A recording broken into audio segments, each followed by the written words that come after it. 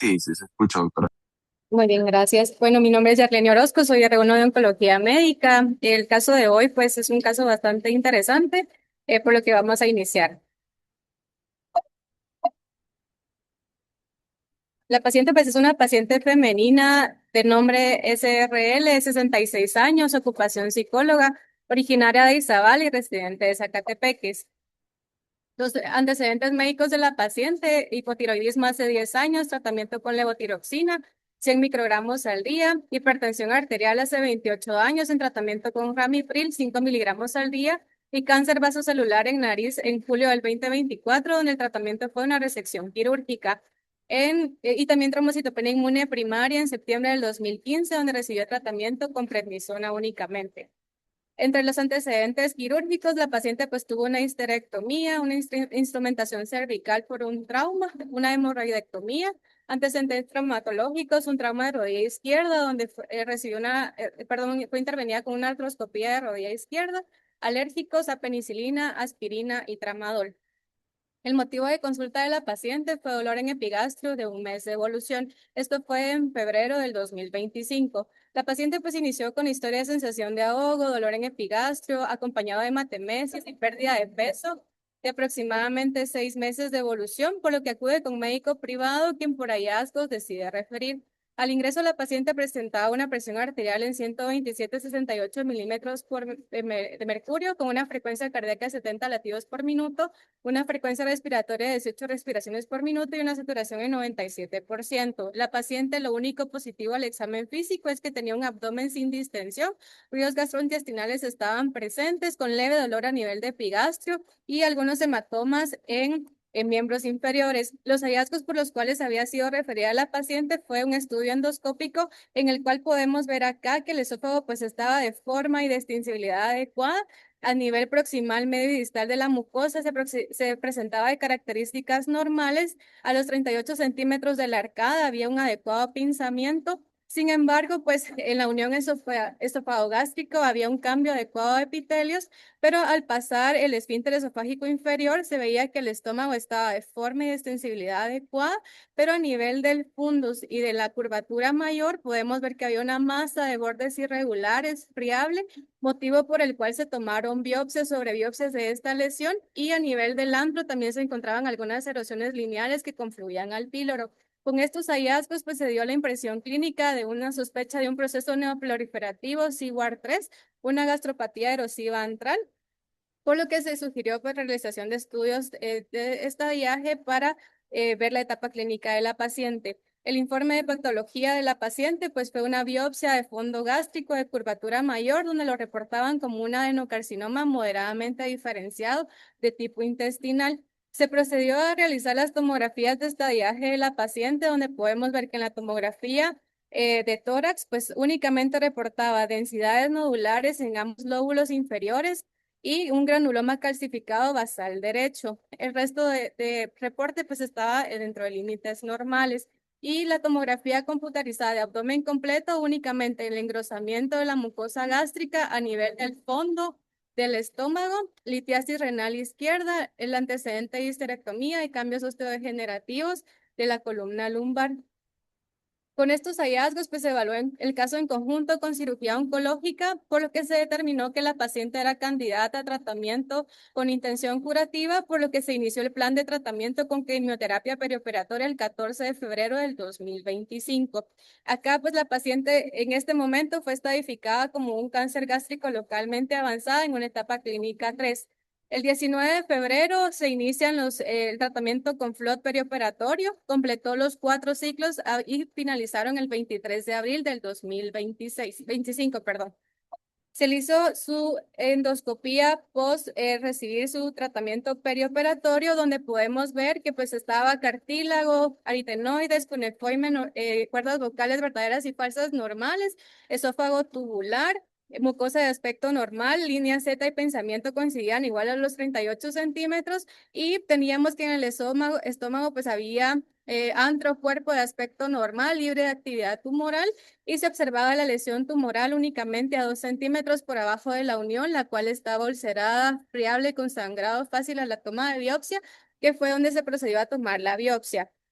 y se quedó como un tumor de la unión gastroesofágica Seward tipo 2.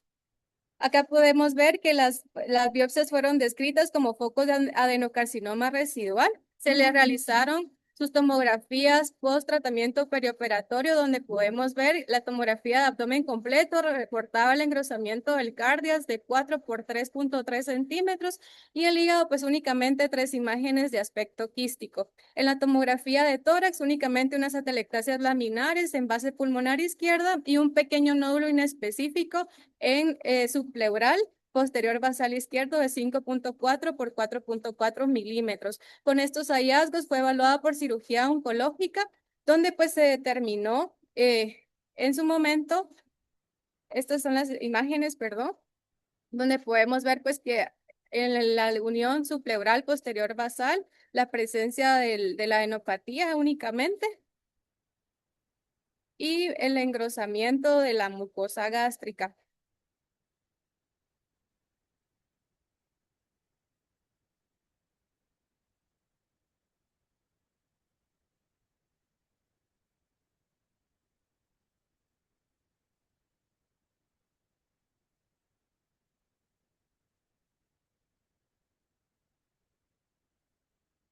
Acá podemos ver el nódulo y el engrosamiento únicamente de la mucosa gástrica.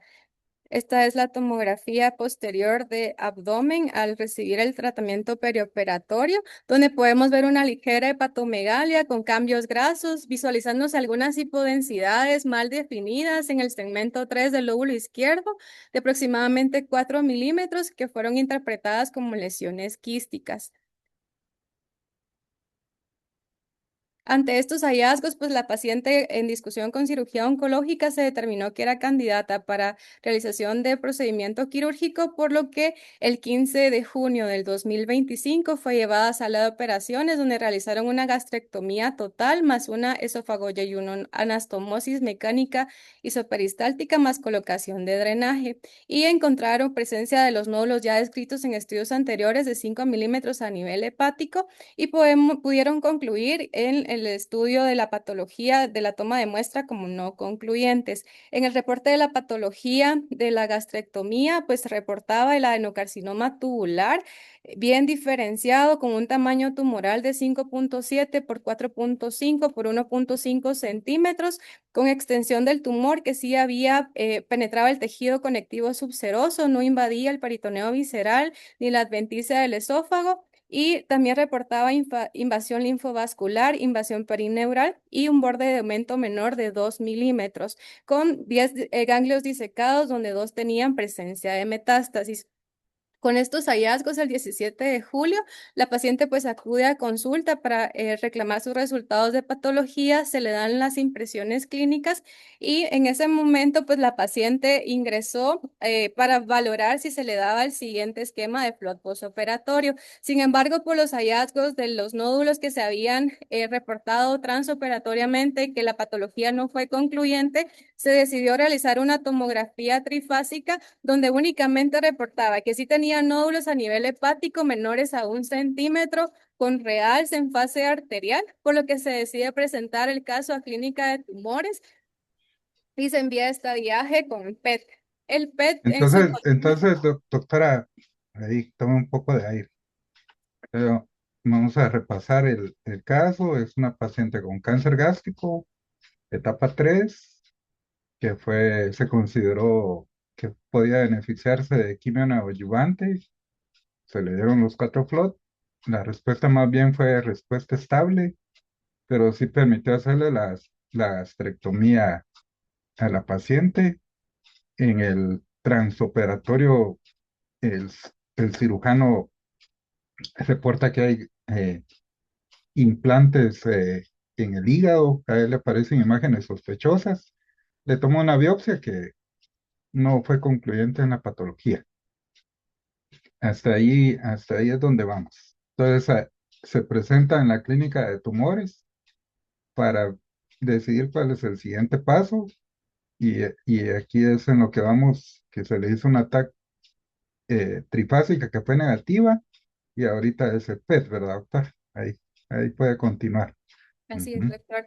Se le hace el PET scan para evaluar si hay enfermedad a distancia y si las lesiones quísticas que se evidenciaron en la cirugía eran o no, captaban o no metabolismo.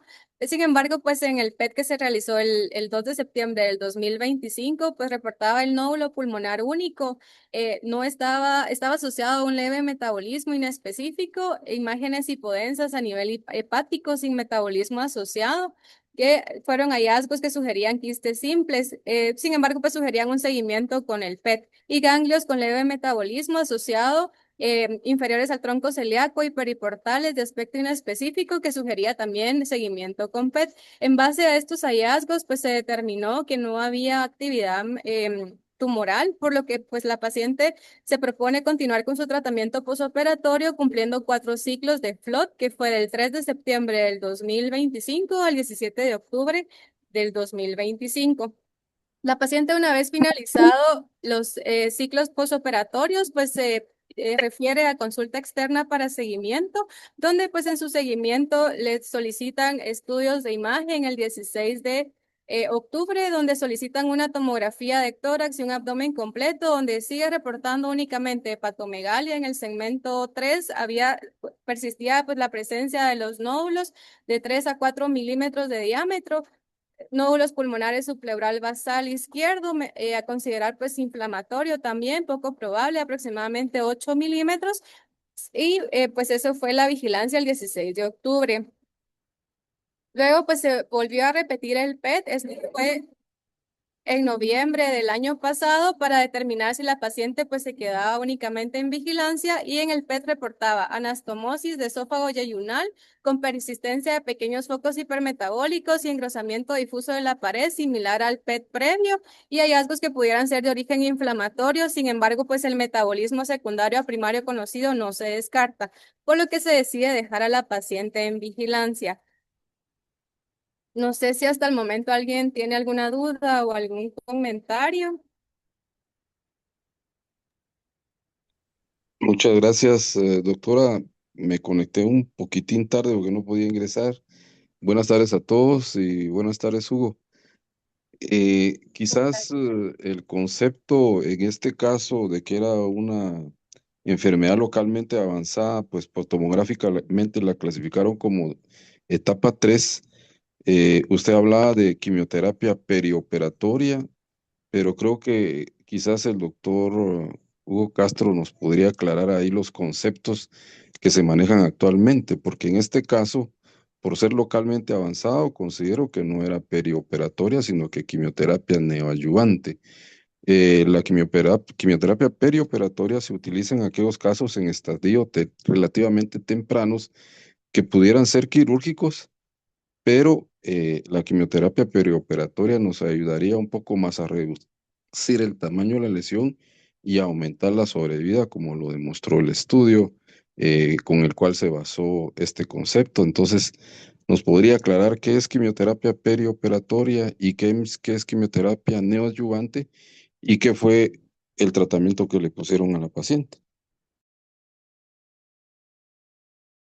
Sí, doctor, en este escenario, la quimioterapia perioperatoria, pues se ha visto que la sobrevida global de los pacientes al momento de someterse al tratamiento mejora, y la remisión de la neoplasia pues es menor, ¿verdad? Y como usted bien dice, pues se clasificó como un localmente avanzado, y en su momento pues se manejó de esta forma porque se veía que la paciente pues tenía mayor probabilidad de que el tratamiento fuera con intención curativa.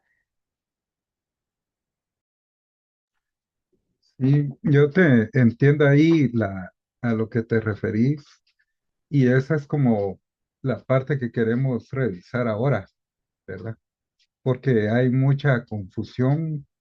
Se piensa que la quimioterapia en cáncer gástrico tiene que funcionar como la quimioterapia en cáncer de mama, y eso no es cierto, ¿verdad?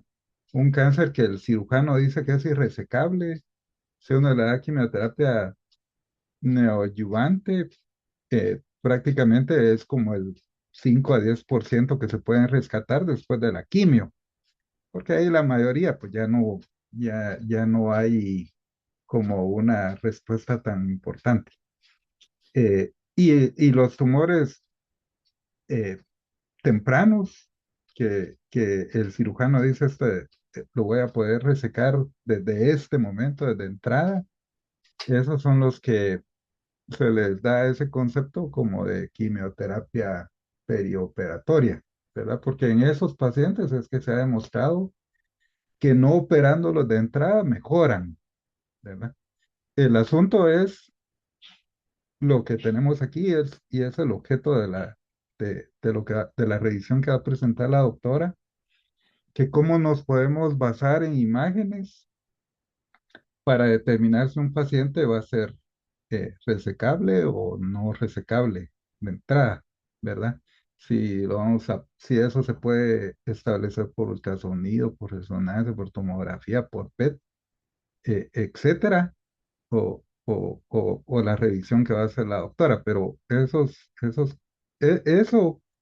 realmente a veces se ve hasta que el cirujano hace la parotomía, que se ve si fue perioperatoria, porque la vas a dar antes de la cirugía y posterior a la cirugía, o es neoadyuvante porque ya no se pudo quitar el tumor y lo que hay que hacer es quitarle o cambiarle el esquema, ¿verdad? Pero ese es como nuestro objetivo de cómo revisar si ese paciente va a ser resecable o no, ¿verdad?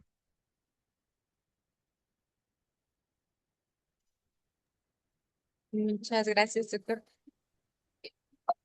La paciente, pues en su seguimiento, el 28 de abril de este año, acude con historia de fatiga, pérdida de peso, dolor en región lumbar y referido por la paciente también con presencia de lagunas mentales.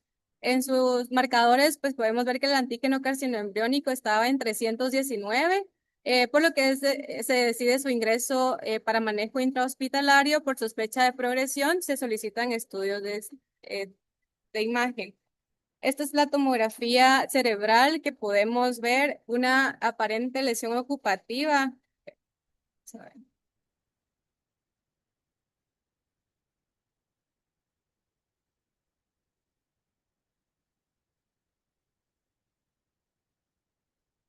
De bordes hiperdensos y centro hipodenso a nivel de la sustancia blanca cortical del lóbulo parietal derecho, que pues con edema perilesional, que sí podría asociarse como una sospecha de un proceso metastásico.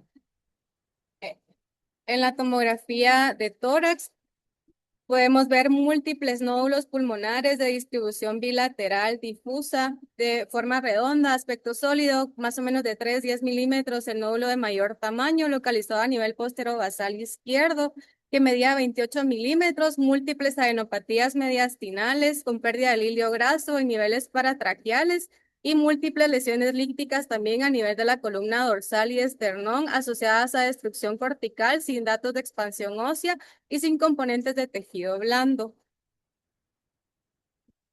En la tomografía de abdomen también podemos ver que a niveles de los segmentos, per- a nivel de los segmentos 2, 3 y 4, que ahorita los vamos a ver acá.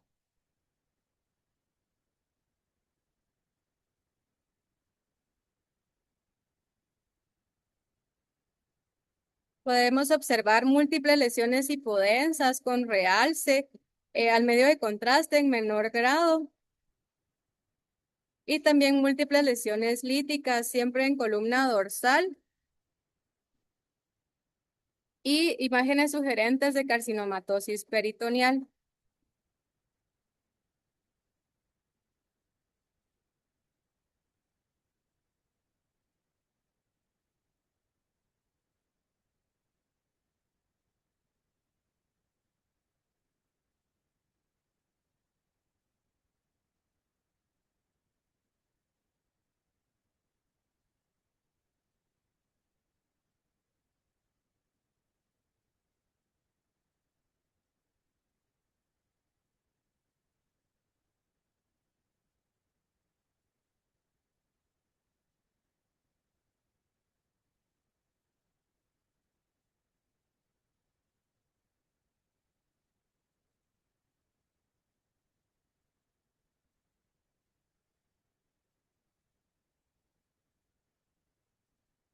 Por el dolor lumbar que la paciente refería, se le solicita un centellograma óseo, donde se reporta áreas hiperactivas que comprometen cráneo, órbita izquierda, borde superior de escápula del mismo lado, tercio distal de húmero derecho, parrilla costal anterior y posterior bilateral, la punta esternal y la columna dorsolumbar y la hemipelvis derecha, con datos sugestivos de que la paciente estaba con lesiones óseas activas compatibles con enfermedad metastásica.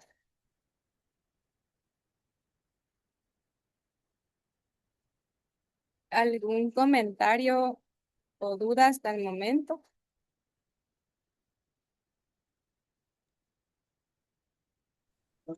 Sí, doctora, gracias. Pues solo quiero hacer un comentario y una observación. En estas, digamos,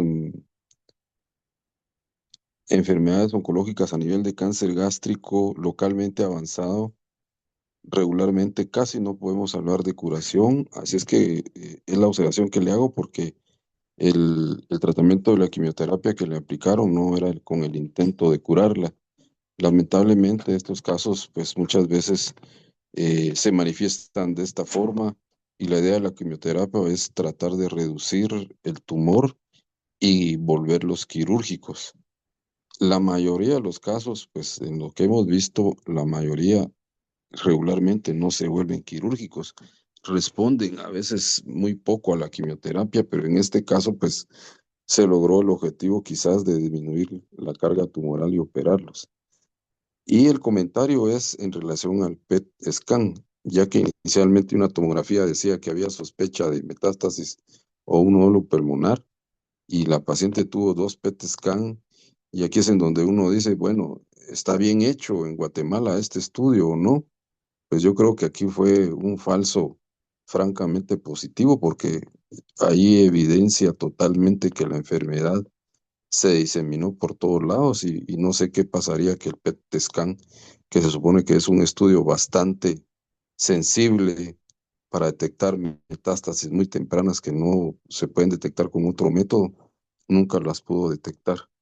No sé qué comentario le merece ahí el doctor Castro con relación al PET scan eh, que se efectúa en Guatemala. Yo creo que por ahí creo que hay algún fallo en este tipo de método. No sé si tiene que ver con el medio contraste, porque son muchas cosas, ¿verdad? Tienen un tiempo de vida, tienen un tiempo de, no sé si se usa refrigeración, no me recuerdo muy bien. Sí, de eso queremos hablar y esa es la intención de presentar este caso. Si querés que continúe la doctora y comentamos al final, Fernán, por. Ujú. Perfecto, gracias. Muchas gracias. Pues justamente pues la revisión se va a basar en cuál es el mejor método de estadiaje para cáncer gástrico temprano, ya que pues tradicionalmente el debate médico se ha centrado ya sea en la técnica quirúrgica o en la elección del esquema de tratamiento en estos pacientes. Sin embargo, pues el éxito de cualquiera de estas intervenciones va a depender críticamente del paso previo que demos muchas veces y principalmente de la estadificación preoperatoria milimétrica que hagamos. Entonces, hoy en día clasificar erróneamente, como bien decían, pues los doctores, a un paciente como resecable cuando en realidad presenta enfermedad micrometastásica peritoneal o considerarlo irresecable por una interpretación inadecuada de imágenes, va a cambiar drásticamente el pronóstico y la calidad de vida de los pacientes. La tomografía, pues, se ha considerado el estándar, pero ya no puede ser nuestra única ventana diagnóstica, por lo que el objetivo de esta revisión va a ser ir presentando qué opciones de imágenes tenemos y en qué pacientes considerarlo. Por lo que en base a este flujo de trabajo, pues podemos considerar una evaluación clínica inicial y la estratificación inicial. Como todos sabemos, pues todo parte de una esofagogastroduodenoscopía, donde se toman biopsias múltiples, idealmente de 6 a 8, más tomografías de estadiaje, principalmente tórax, abdomen, pelvis, con medio de contraste oral intravenoso. Con esto, pues ya se determinan etapas iniciales o etapas tempranas la etapa clínica del paciente para toma de decisiones, pero existen evaluaciones avanzadas como el PET, donde se usa principalmente acá en Guatemala la fluorodesoxiglucosa, donde pues el estudio es desde la base del cráneo hasta medio muslo y principalmente pues se ha recomendado para enfermedad localmente avanzada o metastásica. Acá pues cabe resaltar que vamos a mencionar la evaluación endoscópica en etapas tempranas, está recomendado ya que pues se puede utilizar una resección endoscópica donde también va a ser esencial para estadificación patológica precisa de cánceres tempranas. Hay que tener en cuenta que el ultrasonido endoscópico no siempre va a ser confiable para predecir invasión a submucosa profunda, pero ¿quién va a ser el candidato quirúrgico o en quienes podemos sospechar riesgo de diseminación para considerar la paroscopía de estadificación? Solo pues para antes de entrar a la revisión de lleno, pues vamos a recordar que los estadios tempranos vamos a considerarlos aquellos tumores que sean T1, T2, etapas en estadio 1, ¿verdad? Donde las resecciones pueden ser endoscópicas y el estadio 2A, 2B y algunas 3 podrían considerarse que son resecables. Pero ¿cuáles son aquellas que son irresecables o cuáles son los criterios que deberían de cumplir? Generalmente son aquellos donde hay presencia de metástasis a distancia en órganos sólidos, pulmón, hígado, como ejemplo, infiltración de la raíz del mesenterio, ganglios linfáticos paraórticos altamente sospechosos o confirmados, invasión o encapsulamiento de estructuras y pues todo esto va a tener una consecuencia clínica, ya que el cambio absoluto o los criterios diagnosticados como irresecables van a pues someter al paciente a un manejo paliativo o mejor cuidado de soporte, ya que la cirugía va a quedar reservada en estos casos exclusivamente para paliación de síntomas de severos intratables, por ejemplo, sangrado u obstrucción, pero nunca con una intención oncológica curativa. Entonces, cuando ya pasamos a los criterios de resecabilidad, ¿cómo tenemos que manejar a nuestro paciente?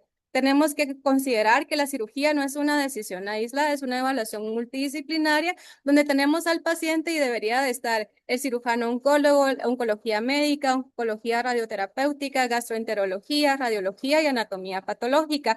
Esto es un consenso que la NCCN exige previo al tratamiento apoyado de imágenes, endoscopías y reportes patológicos que deben ser evaluados en conjunto para definir el objetivo primario, si va a ser curativo o paliativo antes de cualquier intervención. Entonces, para poder estadificar bien a nuestro paciente, existen ciertas herramientas que nos van a decir cuáles son las mejores para clasificar T, para clasificar N y para clasificar M.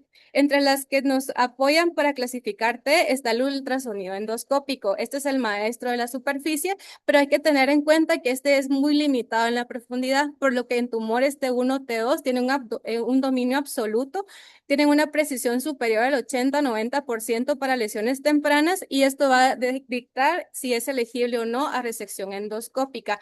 Para tumores T3, T4, la degradación de la señal pues se inicia, ¿verdad? Entonces ya no es una buena herramienta diagnóstica ni tampoco terapéutica si se decide hacer por resección endoscópica, ya que la precisión cae bruscamente en una invasión profunda. Y también considerar que es altamente dependiente de operador, entonces está cegado en donde pudiese haber fibrosis post-terapia neoadyuvante. Otra herramienta que también podemos mencionar y que tal vez no se ha usado mucho en nuestro medio es la revolución de la resonancia magnética. Este nos permite ya una penetración a tejidos blandos. Históricamente no se recomendaba tanto, era marginada porque había mucho artefacto de movimiento, sin embargo ahora la resonancia magnética es multiparamétrica y es de alto campo, entonces se puede considerar como una herramienta superior para una anatomía compleja. En etapas T2, T3 se ve que hay una diferenciación nítida de capas musculares. En T4A que hay una invasión acerosa. Se ha visto que sí hay un rendimiento superior comparado a la tomografía en tumores escirrosos y engrososos y nos puede apoyar a las evaluaciones de posttratamiento ya que distingue el tumor residual viable de la fibrosis inducida por la quimioterapia, un limitante crítico que se da en el ultrasonido endoscópico. Y lo podemos ver reflejado en esta gráfica, donde vemos que el ultrasonido endoscópico, la precisión global es del 67.8%, considerar siempre que es dependiente de operador, la resonancia magnética, una precisión del 82.9%, un dominio absoluto en distensión de estadios tempranos. Pero ¿qué pasa con la tomografía? La tomografía pues sigue siendo nuestra herramienta estándar, pero la precisión global es de 71.5%. Si bien pues sigue siendo estándar, ¿Qué puntos ciegos críticos mencionan y qué tenemos que considerar? Porque es estándar, porque es una modalidad de elección global, es de excelente resolución anatómica, alta sensibilidad para detectar engrosamiento de pared gástrica y masas principales. Pero ¿cuáles son las fisuras de este estudio? Generalmente tiene dos puntos ciegos. El principal es que no nos apoya a evaluar ganglios linfáticos regionales, ya que hay dificultad para diferenciar si son ganglios reactivos, inflamatorios o metástasis, basándose solo en tamaño. El segundo ciego de este estudio es los implantes peritoneales, ya que la sensibilidad está limitada para detectar siembras micrometastásicas en el peritoneo. Entonces podemos ver que con los estudios que les he mencionado, solo vemos la punta del iceberg. Esto es lo que en realidad nos revela esta imagen. Entonces, ¿qué pasa en aquellos casos donde tenemos una enfermedad avanzada y que frecuentemente se asocia con metástasis peritoneal? Ya que al no diagnosticarlo, esto es un pronóstico devastador. Entonces, a proceder a una cirugía basándonos únicamente en las imágenes que ya mencionamos, conlleva un alto riesgo de realizar laparotomías futiles y no terapéuticas. Entonces, acá viene el rol del PET. Esto debería ser un cambio de paradigma o una herramienta complementaria. Entonces, encontré esta síntesis basada en evidencia sobre una eficacia diagnóstica donde compararon tomografía versus PET. Entonces, ¿cuál es la ilusión metabólica de esto? Se ha visto que en la mayoría de cánceres, pues el PET ofrece una especificidad cercana al 100% para confirmar metástasis a distancia, pero en cánceres gástricos adolece una trampa biológica. ¿Cuál es esa trampa? La histología del cáncer. Generalmente en pacientes que tienen histología en anillo de sello o los carcinomas de tipo difuso, a menudo carecen de la expresión del transportador de glucosa necesaria para la captación de la fluorodexoxiglucosa. Entonces acá es donde inician los falsos negativos catastróficos en fenotipos agresivos. ¿Y esto cómo se da? ¿Cuál es el talón de Aquiles del PET? Tenemos las barreras fisiológicas. La primera es la captación fisiológica variable, donde vemos que la mucosa gástrica normal y el músculo liso de por sí exhiben un consumo natural de glucosa. Eso puede enmascarar los tumores. Pueden haber falsos positivos por inflamación secundario a gastritis, por ejemplo, dado por Helicobacter pylori, que atrae en el medio. Eso va a imitar la actividad tumoral maligna.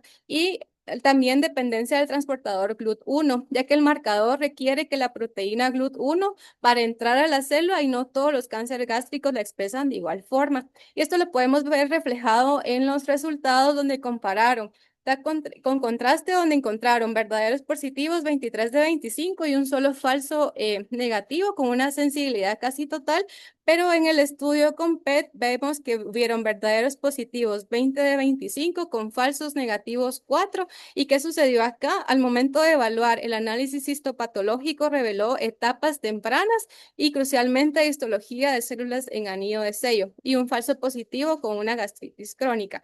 Entonces podemos ver que el PET en este escenario no siempre va a ser la mejor herramienta complementaria para poder ya sea descartar o diagnosticar enfermedad. ¿Qué otras opciones diagnósticas tenemos o herramientas diagnósticas? Aún no está validado, pero ya hay estudios nuevos donde nos dicen de la resonancia de difusión, donde ya se están creando protocolos de resonancia del cuerpo entero que han demostrado una precisión casi total del 90 al 94% en la identificación de carcinomatosis peritoneal, superando drásticamente la tomografía y que este pues actúa como una alternativa no invasiva definitiva a una laparoscopía de estadificación, pero aún está en estudio. ¿Qué pasa con el dilema también en cómo estadificar o cómo diagnosticar la presencia de ganglios linfáticos? Los estudios que hemos mencionado hasta ahora, ninguna confirma o excluye de manera fiable la presencia de metástasis a ganglios linfáticos y en todas las modalidades anatómicas la especificidad siempre supera la sensibilidad. Si podemos ver, pues el ultrasonido endoscópico únicamente una precisión del 68.1%, la tomografía un 66.1%, el PET en 60% y la resonancia es un 53.4%. Entonces, ¿cómo hacemos un mejor diagnóstico previo a decidir si nuestro paciente es o no candidato a una resección quirúrgica? Entonces, ya hemos mencionado el ultrasonido endoscópico, las tomografías, el PET y la resonancia. Y vamos a entrar ahora al tema de qué rol juega acá la laparoscopía diagnóstica más el lavado peritoneal. Según las guías, pues han reportado que es obligatorio en etapas 1B a 3, donde son potencialmente resecables, esto con la idea de excluir micrometástasis ocultas y todo aquel paciente que tenga una citología positiva, pues va a tener un mal pronóstico. ¿Cómo puedo identificar yo mi paciente de alto riesgo? ¿Según qué criterios? Pues lo que necesitamos saber es que el tamaño del tumor debe medir más de 40 milímetros, el estadio clínico T3, T4, que tenga afectación ganglionar, una histología difusa de Lauren, un Borman tipo 3 o 4 en el estudio de endoscopía, y la presencia de estas características es mandatorio el uso de una laparoscopía de estadificación y un lavado peritoneal para evitar cirugías no terapéuticas. ¿Y dónde se ve reflejado esto? En este estudio, donde es un estudio observacional retrospectivo que se realizó en la unidad de cirugía gastrointestinal de Milán, Italia. Este es un alto centro de referencia donde se incluyeron todos los pacientes con histología confirmada de adenocarcinoma gástrico que se consideraban de alto riesgo para metástasis peritoneal y quienes se sometieron a una laparoscopía diagnóstica más un lavado peritoneal en el 2014 y el 2024. Esto, pues, después de la quimioterapia de inducción, repitieron la laparoscopía de estallaje y fue rutinariamente realizada. Entre los estudios que mencionan que realizaron de forma preoperatoria fueron tomografías, endoscopías con biopsia, el ultrasonido endoscópico según la indicación y ambos, tanto la laparoscopía endoscópica como el lavado peritoneal, fueron realizados en todos los pacientes. ¿Cuáles fueron los resultados de estos? Pues 26 pacientes fueron identificados con enfermedad oculta, 10 pacientes con enfermedad macroscópica al momento de realizar la laparoscopía y 16 pacientes revelaron exclusivamente citología positiva. Podemos ver que casi la cuarta parte de estos pacientes fueron restadificados al momento de realizar esto, lo que alteró fundamentalmente el plan de tratamiento. Entonces, ya conociendo esto, podemos ir resumiendo y viendo en quiénes en realidad está entonces indicado la laparoscopía de estadificación. En todos aquellos que tengan criterios tumorales de alto riesgo, criterios radiológicos y clasificación topográfica según SIWAR. ¿En qué SIWAR está indicado? Generalmente SIWAR 3, donde se comporta como un tumor gástrico, y SIWAR 2, donde está indicado cuando tenemos sospecha de una infiltración mayor hacia el estómago, aproximadamente de 4 centímetros. La estandarización de la técnica, pues según la reportada, es que hay una documentación sistemática utilizando el índice de cáncer peritoneal de Sugar-Baker. Las zonas de inspección obligatorias es el aumento mayor, menor, mesenterio, ligamento hepatoduodenal, pelvis, saco de Douglas y ovario. Y la regla de resecabilidad era una disección adicional, solo si hay sospecha en imagen previa, abrir bolsa aumental para tumores posteriores.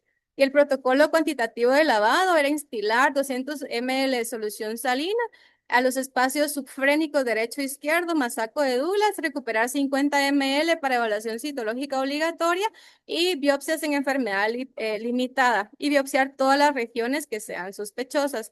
¿Cómo se interpretaba el índice? Pues si era menor a 10, se consideraba que era enfermedad estable, mejorada, sin progresión metastásica extraperitoneal, o si era mayor a 10, pues ya se consideraba como una progresión de la enfermedad, metástasis extraperitoneal o una citorreducción incompleta predicha.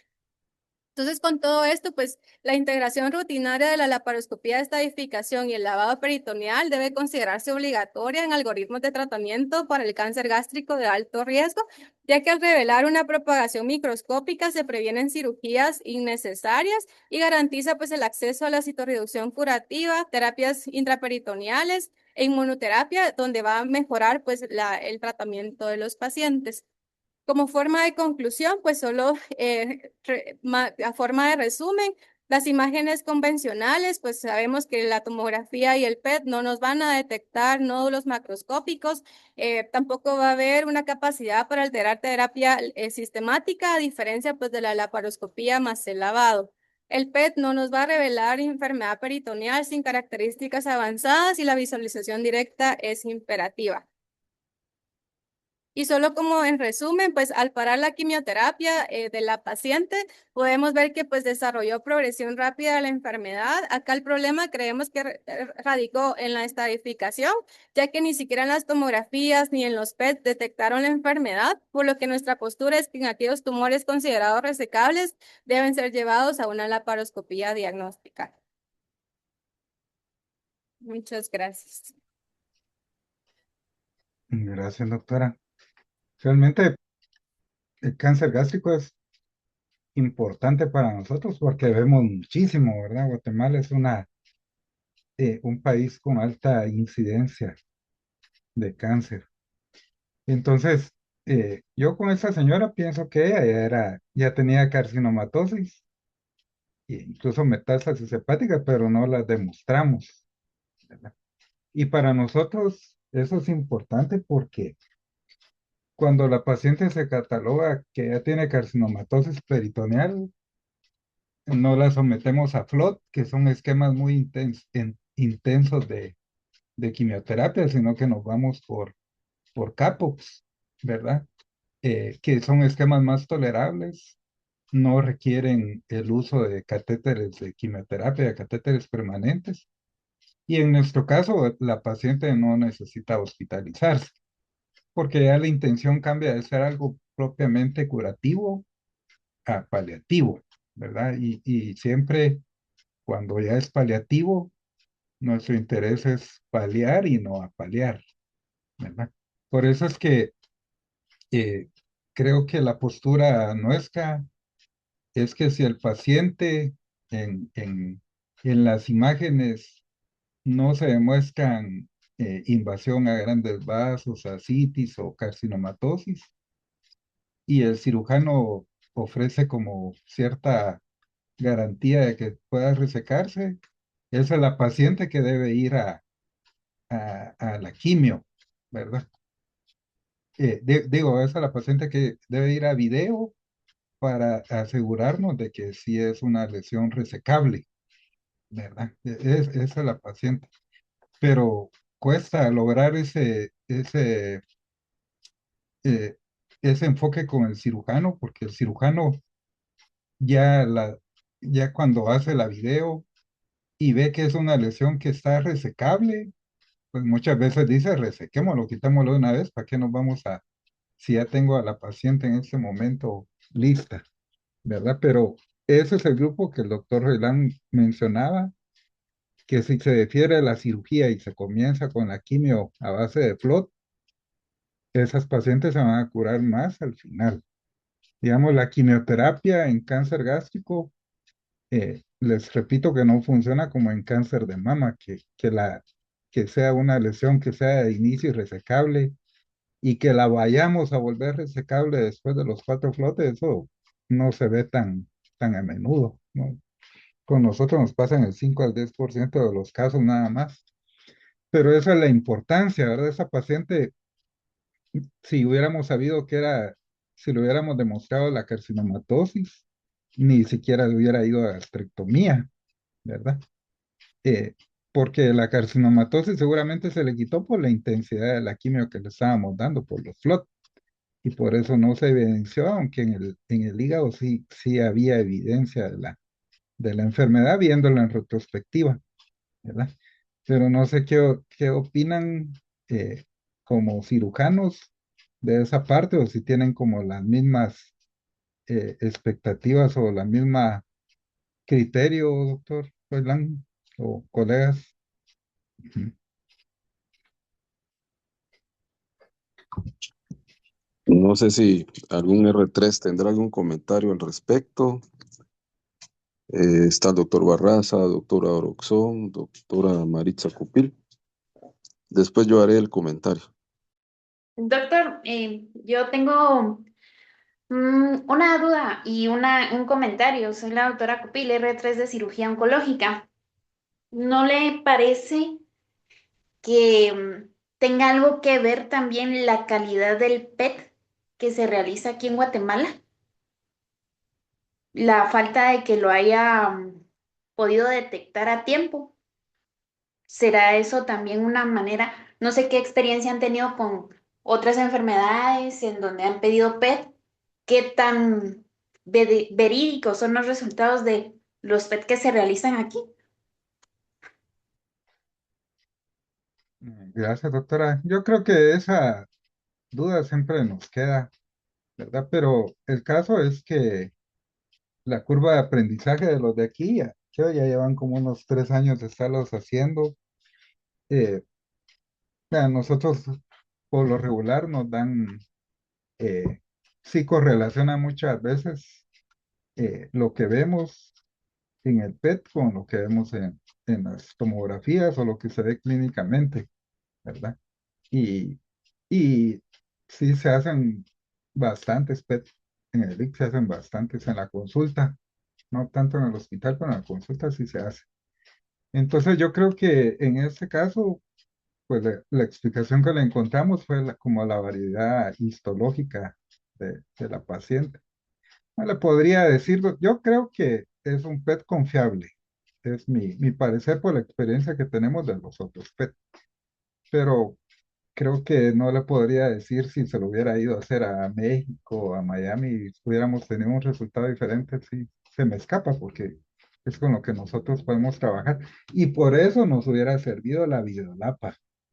Es- Ese es como mi punto. La videolapa en esa paciente hubiera sido lo importante y eso nos hubiera evitado estar haciendo un montón de PET.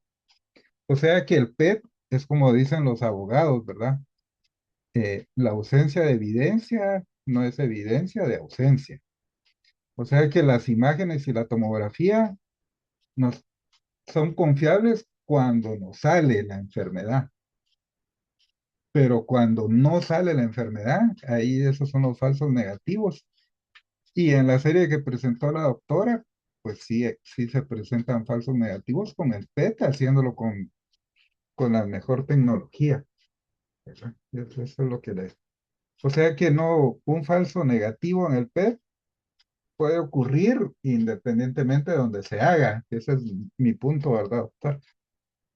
Mm, Ya, doctor, sí, muchas gracias. Sí, era mi duda porque por lo menos allá, aquí en el INCAN, no tenemos así mucha facilidad de pedir el PET por lo mismo de lo económico. Entonces, no tenemos, o sea, por lo menos yo personalmente, mucha experiencia en lo del PET, qué tan confiable es, qué resultados ha dado, no tengo, ¿verdad? Pero, pero sí me resulta bastante aclaratorio que me diga que, según su experiencia, sí ha tenido correlación clínica.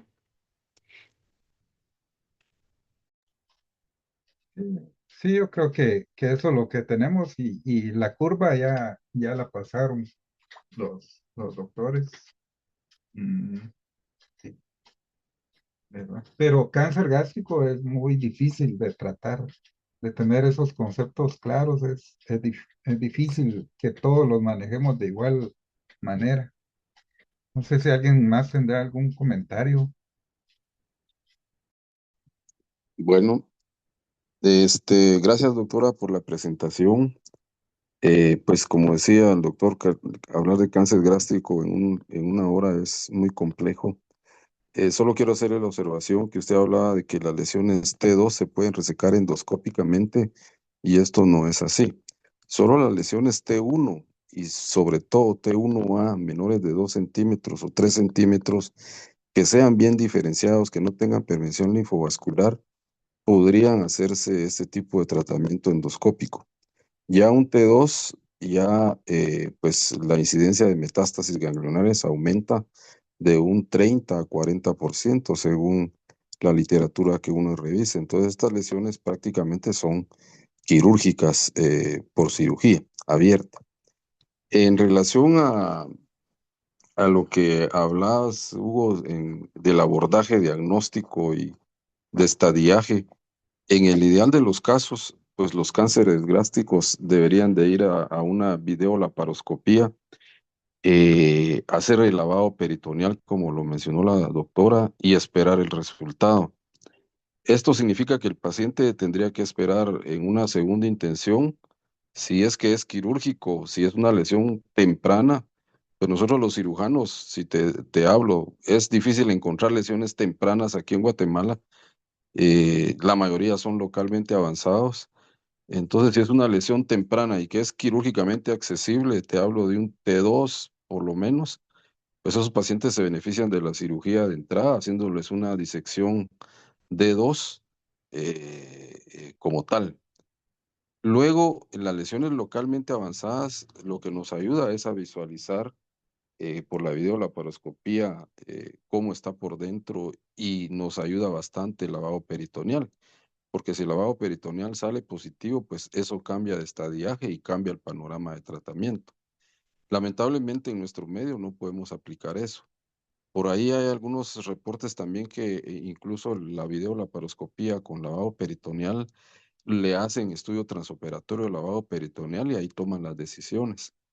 Aquí en Guatemala, justamente en el INCAN, un compañero residente, pues le propusimos un tema sobre el lavado peritoneal en cáncer gástrico, pero los citopatólogos no se atrevían a hacer el estudio transoperatorio, por lo que se dejó a definitivo. Y sí tuvimos muchos casos, yo diría que tal vez un 30 o 40% que fueron resecables. El resultado citológico posterior salió positivo. Entonces ahí es donde cambia todo el panorama de nuestros pacientes. Pero sí, efectivamente, el abordaje en el INCAN, nosotros a todos los pacientes se les hace la videolaparoscopía y pues ya hemos mencionado que deben de llevarse a hacerles el lavado peritoneal, pero a algunos compañeros se les pasa por alto, pero actualmente ahorita que estamos ahí estamos tratando de insistir en esos detalles, ¿verdad? Para poder definir un mejor abordaje y tratamiento de los pacientes. Lamentablemente, no hay ningún estudio que nos ayude a decir que haya carcinomatosis, que se detecten bien los ganglios, pues lo único que nos queda es la videolaparoscopía y tomar decisiones, ¿verdad? Ahí mismo. Ahora, lo que sí tengo duda, Hugo, es realmente lo que es el concepto de quimioterapia perioperatoria y el concepto de quimioterapia neoadyuvante, que son dos cosas diferentes. La perioperatoria, pues yo tengo entendido que es en aquellos casos que nosotros los consideramos quirúrgicos, por ejemplo, un T2, pero esos casos podrían ir a quimioterapia perioperatoria y ya sabemos que van a ser operables y los operamos posteriormente a los 3 o 4 ciclos. Ahora, la quimioterapia neoadyuvante es en esto, como en este caso que era localmente avanzado, ya sabían que de entrada probablemente no hubiera sido quirúrgico, entonces la quimioterapia, la idea era tratar de disminuir la carga tumoral. No, Y la experiencia con el PET, ajá. la experiencia con el PET scan, yo sí te digo, tal vez de hace un par de años, yo sí no la he visto muy buena aquí en Guatemala. Incluso todavía me deben un six-pack por ahí porque sometieron a un paciente por un tumor retroperitoneal por enfermedad residual en teoría después de quimioterapia por cáncer de testículo y la verdad que al hacerle la aparatomía fue todo negativo.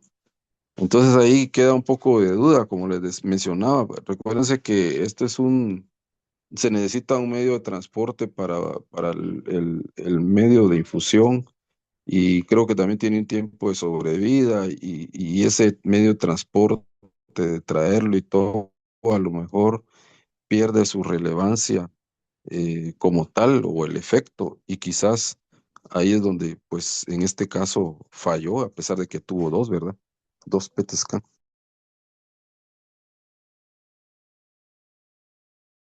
Ajá. Sí, que ese es como el asunto, ¿verdad, Roland?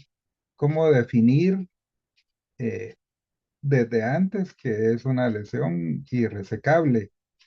No estamos hablando aquí de aquellas lesiones que infiltran vasos o el páncreas, que el cirujano solo con verlos ve y dice, este no lo voy a poder quitar, ¿verdad? Son, muchas veces depende como del criterio del cirujano, que a veces dice sí se puede operar y a los 2 días que vuelve uno a platicar el caso, dice, este no lo voy a poder operar. Digamos, Correcto.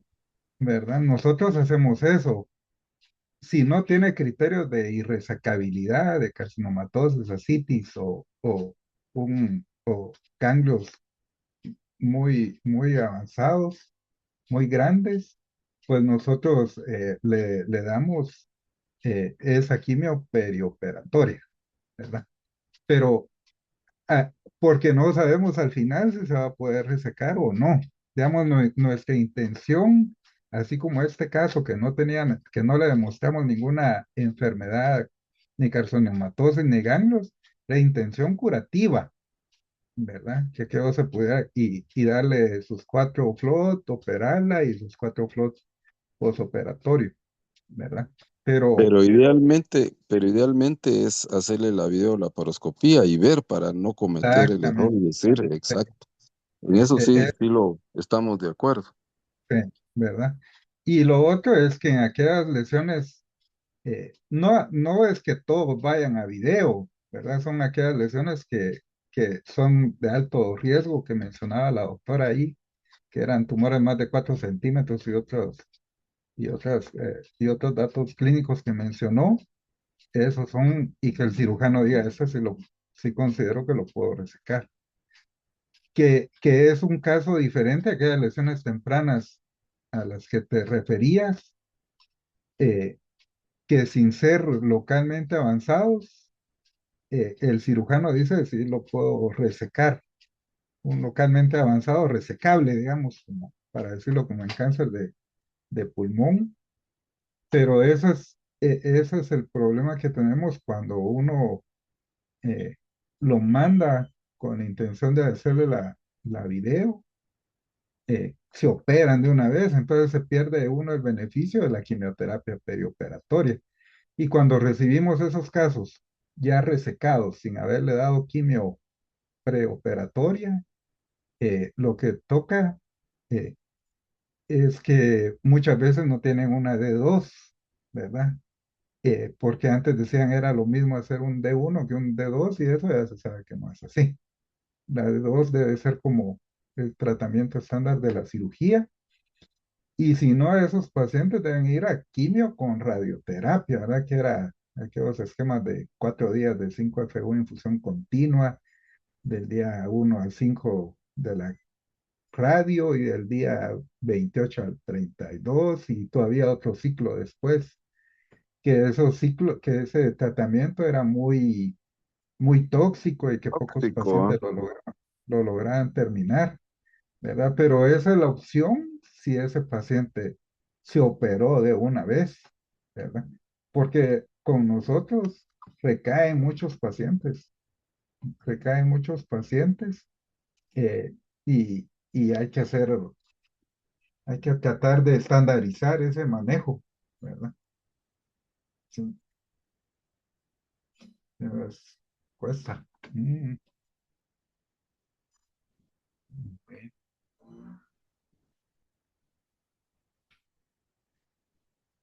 Pues no sé si tienen otro comentario o lo dejamos por acá. Buenas tardes, buenas noches. ¿Qué tal? Les saluda aquí Rudy R2 del INCAN. Yo con un bueno, pregunta más que todo. Nosotros en la clase de cáncer gástrico el año pasado, pues cuando nos dio oncología médica, nos comentan de que la terapia perioperatoria se iniciaba o idealmente se tenía que iniciar del T1B. ¿Estamos haciendo eso? ¿Si es correcto o cómo lo manejan ustedes? O sea, encontramos un paciente pues, T2, ya debería ir, aunque sea quirúrgico, también obviamente ir a la perioperatoria. ¿Cómo lo están manejando ustedes? Es correcto, ese es el asunto. Y como muchas veces o no se puede hacerle la video porque el paciente tendría que esperar y todo, muchas veces con la pura tomografía nos aventamos al agua a darle quimioterapia, ¿verdad? Pero sí, sí, a partir de un T2 o T3 o con un ganglio, ya tendrían que ir a la quimio perioperatoria, porque ese es el objetivo. No es que ese paciente, por darle la quimio, se vaya a poder operar más y mejor, porque eso desde de entrada se puede operar, sino que esos, los que reciben esa quimio pre-cirugía, aunque sean lesiones muy tempranas, viven más tiempo, ¿verdad? Eso es lo, no, Ese es el no, objetivo, aumentar eso la es lo, sobrevida. ¿verdad? No volverlos más operables, ¿verdad? Y entonces cuando no tenemos cómo, con la tomografía nos lanzamos al agua, ¿verdad? Porque de aquí que el paciente logra operarse y todo lo que ya sabemos en nuestras instituciones, pero creo que conforme se vaya entendiendo y se vaya comprendiendo la importancia de esta quimioterapia, eh, vamos a ir mejorando el manejo de estos pacientes. Ujú, ¿verdad? O sea que aunque Vale. les hagamos resonancia, tomografía y TAC y nos salgan negativos, si no le hacemos la video, puede volverse al final una lesión como esta. En cuanto paró la quimio, ¡puf! Ese tumor volvió en 4 meses. Ya era metastásico de inicio, ¿verdad? Y no lo logramos demostrar. Pero bueno, chicos, gracias, doctora Jarleni. Muchas gracias a todos. Gracias. Bueno, muchas gracias, doctora, y muchas gracias, Hugo. Y pues creo que nos volvemos a ver dentro de unas 2 semanas. Nos tocaría a nosotros ahora al INCAM, ¿verdad? ¿Sí? De acuerdo. Entonces coordinamos esa parte y les deseo feliz noche a todos y nos seguimos platicando por ahí, Hugo. Bueno, gracias. A todos buenas noches. Buenas Bye. noches. Buenas noches.